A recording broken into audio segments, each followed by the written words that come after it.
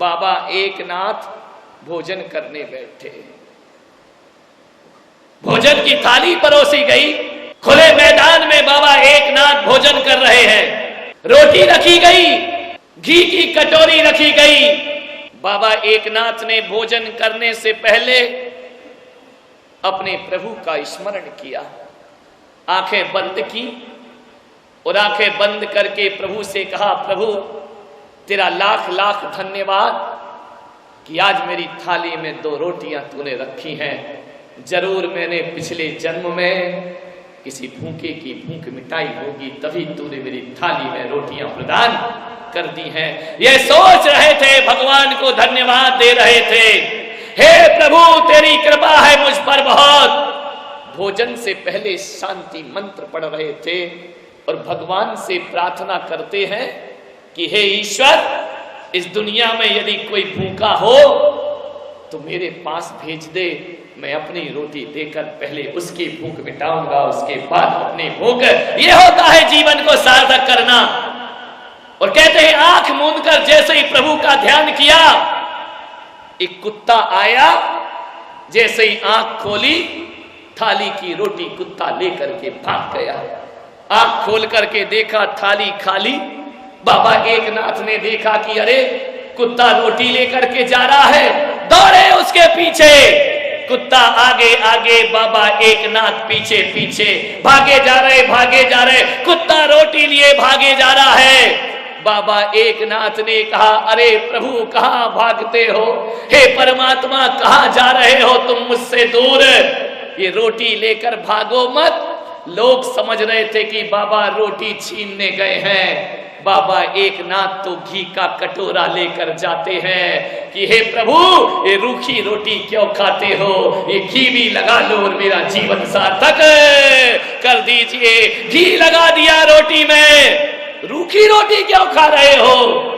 देख करके आकाश की तरफ बाबा एकनाथ ने कहा, बाहरे प्रभु क्या शकल बनाई तूने स्वान की और मुझे उड़ा दी चोढ़नी इंसान की।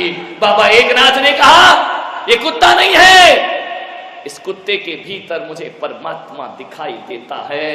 और भगवान महावीर ने भी कहा है कि हर आत्मा के भीतर एक परमात्मा छिपा हुआ होता है। चींटी के भीतर भी परमात्मा है, इंसान के भीतर भी परमात्मा है, पेड़ पौधों के भीतर भी परमात्मा है। अरे सम्यक दृष्टि तो वो होता है जो एक इंद्री में भी भगवान के दर्शन कर लिया करता है। वो सम्यक की संपदा को सोचिए आप। पहले का ये जमाना था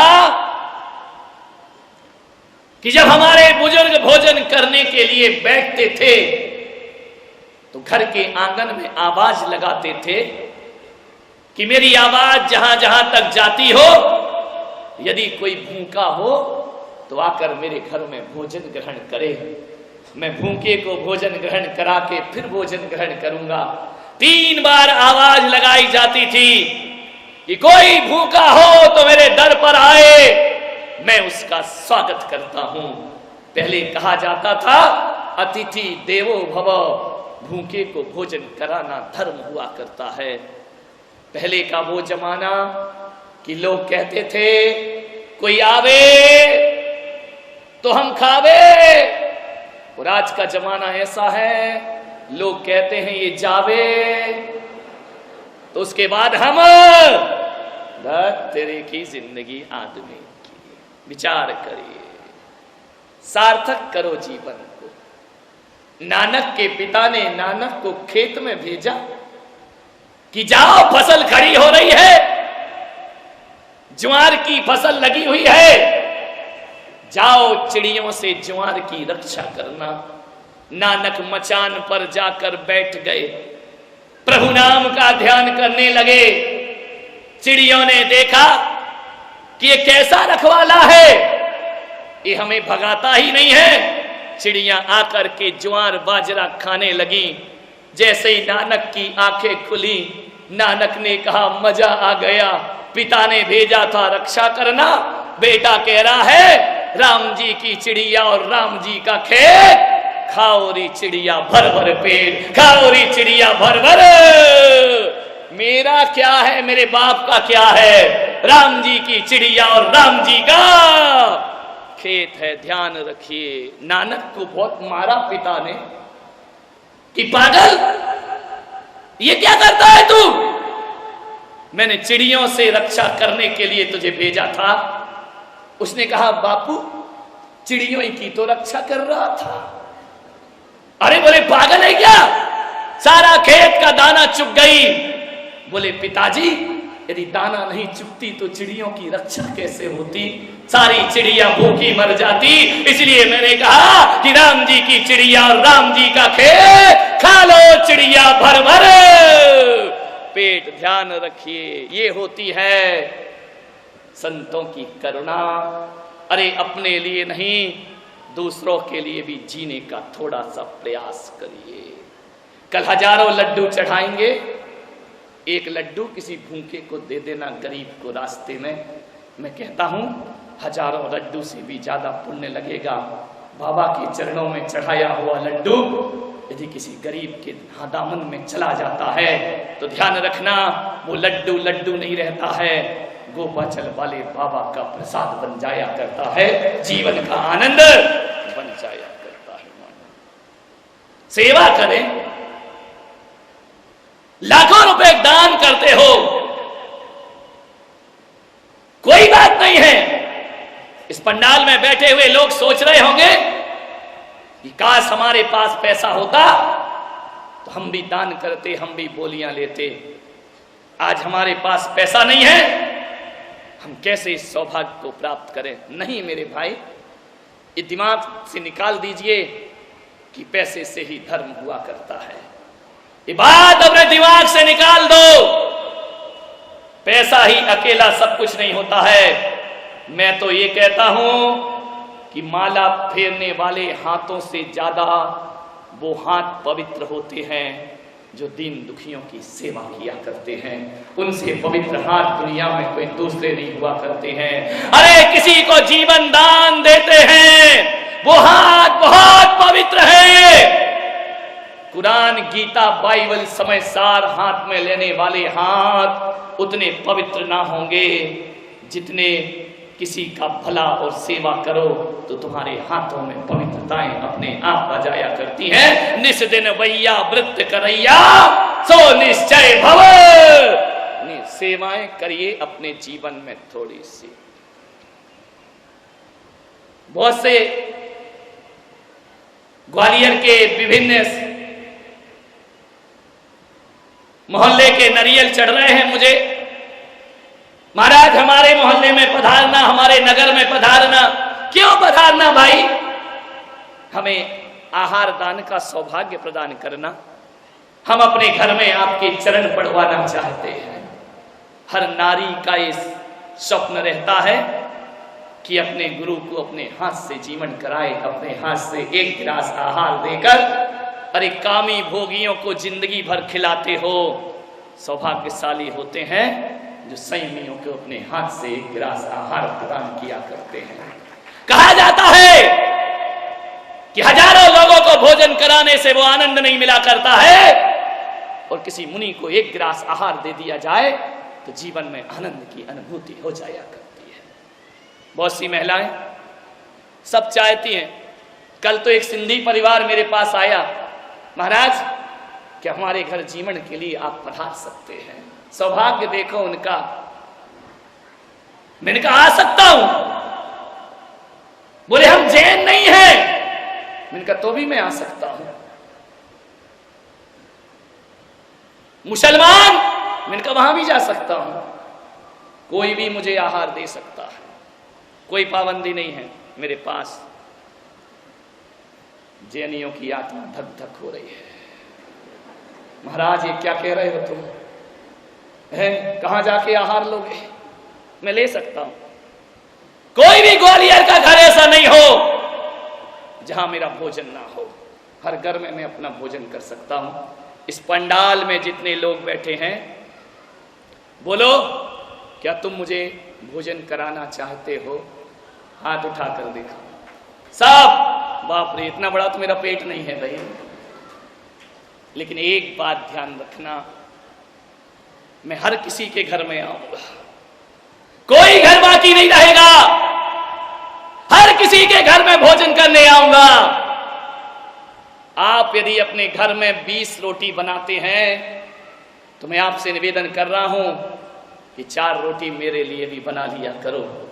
20 में से 4 मेरे लिए निकाल देना, क्योंकि मैं अपना बना हुआ भोजन नहीं लेता हूं अपने निमित्त का। यदि 20 रोटी बनती है घर में, 4 रोटी मेरे लिए बनाना। ध्यान रखना, और वो 4 रोटी हर घर में मेरे लिए बनना चाहिए, उसमें तुम मत खाना। वो 4 रोटियां यदि हर घर में जैन अजैन सबके घर में बनेगी, और मेरे नाम की जो रोटी तुम बनाओगे, अरे पुलक सागर भले ना आए, वो 4 रोटी किसी भूखे को खिला देना, मैं समझूंगा मेरा आहार तुम्हारे घर में हो चुका है। प्रतिदिन 4 रोटी मेरी निकालना, और घर में यदि गाय आ जाए तो 4 रोटी दे देना उसे। घर में कोई भूखा आ जाए, भिखारी आ जाए, क्या परीक्षा करते हो 2 रोटी के लिए?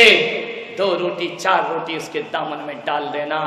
और उसको यदि तुम रोटी दोगे, तुम सोचते रहो कि हमने भिखारी को दिया है, और मैं सोचते रहूंगा कि भिखारी को नहीं, तुमने मेरे सामने अर्घ चढ़ा दिया है। इससे बड़ा धर्म दुनिया का कोई दूसरा।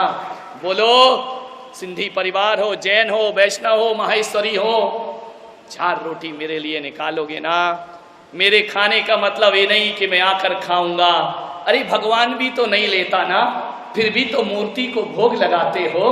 अपने ठाकुर जी को भोग लगाया जाता है, मूर्ति थोड़ी खाती है। लेकिन जब ठाकुर जी को, पत्थर की मूर्ति को भोग लगाते हो, तो तुम ऐसा सोचते हो कि ठाकुर जी भोजन कर रहे हैं। अरे भूखे को 4 रोटी खिलाना, सोचना पुलक सागर भोजन कर रहा है। तुम्हारे घर में आहार ग्रहण 4 रोटी बस, और 10 रुपए मुझे जरूर देना हर दिन, ध्यान रखिए। इतना तो दे दो भाई, मुझसे लाखों रुपए का आशीर्वाद मांगते हो, मेरे को 10 रुपया भी नहीं दोगे, मुझे 10 रुपया नहीं दोगे ना, तो इनकम टैक्स वाला 10 लाख ले जाएगा उठा करके। ध्यान रखना, विचार करना है। 4 रोटी और 10 रुपए।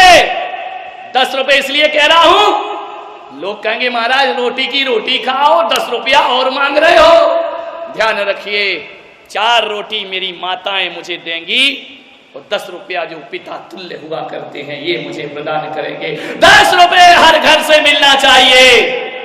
और एक बात ध्यान रखना, वो 10 रुपए मैं ये नहीं कहूंगा कि तुम मेरे ट्रस्टियों को लाके दे देना, मैं ये नहीं कहूंगा किसी मंदिर में जाके देना। वो 10 रुपए जो मैं कह रहा हूं, मैं हर व्यक्ति को, ध्यान रखना, लाखों करोड़ों रुपए दो तब किसी संस्था में ट्रस्टी बन पाते हैं। काहे को ट्रस्टी बनना, अपने ट्रस्टी खुद ही बनो। मैं ऐसा ट्रस्ट खोल रहा हूं जिसमें तुम ही ट्रस्टी हो, तुम ही अध्यक्ष हो, तुम ही मंत्री हो, तुम ही कोषाध्यक्ष हो, सारी कमेटी तुम ही बन जाना, और पर डे 10 रुपए निकालना, और एक गुल्लक में डालते रहना। गुल्लक को गुल्लक मत समझना, अपने ट्रस्ट का कोषाध्यक्ष समझना। 10 रुपए पर डे उसमें देना, और महीने के जब 300 रुपए हो जाएं, तो किसी अनाथ के लिए 300 रुपए की सहायता हर महीने करते रहना। अरे जिसके लिए सब कुछ दे दिया, वही औलाद बुढ़ापे में उसे छोड़ करके अब जाने के लिए पैसा भी नहीं है घर वापिस, पैदल पैदल पहुंचती है घर में।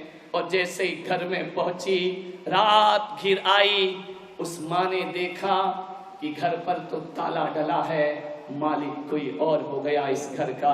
अपने ही घर को देखती है कातर निगाहों से। ऐसी भी औलाद इस दुनिया में पैदा हो चुकी है मान्यवर, जो अपने माँ बाप को नहीं बल्कि उनकी दौलत से प्यार किया करते हैं। ऐसी भी औलाद है जो माँ बाप की कीमत नहीं करते हैं। कैसे करेंगे ये माँ बाप की पूजा, ध्यान रखिए, विचार करिए।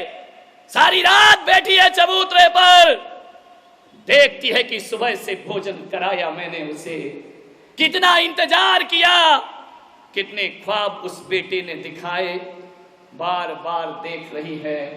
और कहते हैं उस रात अपने ही घर के चबूतरे में वह गुजारा करती है। रात वहीं सोती है। और ऐसी भी एक कहानी कहती है कि वह माँ विगत 6 महीने से उसी चबूतरे पर रात गुजार रही है। मकान मालिक ने कहा कि माँ तू छोड़ना, अब क्यों आती है इस घर में, इस घर को मैंने ले लिया है। वह माँ कहती है अरे तेरी व्यवस्था हम कहीं और करा देते हैं। उसने कहा नहीं, मैं मरूंगी जीऊंगी इसी चबूतरे पर, क्योंकि मुझे विश्वास है कि एक दिन मेरा बेटा लौट कर जरूर वापिस आएगा। इसी आस में मैं यहाँ पर जीती रहूंगी। बस मुझे कुछ नहीं चाहिए, इसी चबूतरे पर सोने दो, इसी चबूतरे पर रहने दो। कहते हैं उस मकान मालिक ने उस माँ की बाहों को थामा और कहा कि माँ तू चबूतरे में नहीं रहेगी, इतने सारे कमरे यहाँ हैं, एक कमरा में तेरे नाम करता हूँ।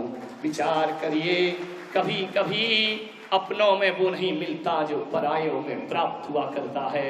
अपनी ही औलाद वो सुख नहीं दे पाती। जैसे ही उस मकान मालिक ने उसे पकड़ा, उसकी बाहों को अपने हाथों में लिया, उसे ऐसा लगा इतनी जोर से उस बूढ़ी माँ ने उसके हाथ पकड़े कि जिसे चलना सिखाया वो छोड़ के चला गया। ऐसा पहली बार लगा कि परायों के भीतर भी कोई ना कोई दिल तो हुआ करता है, धड़कता हुआ। उसने कहा कि माँ एक कमरा ही नहीं, पूरा घर तेरा है।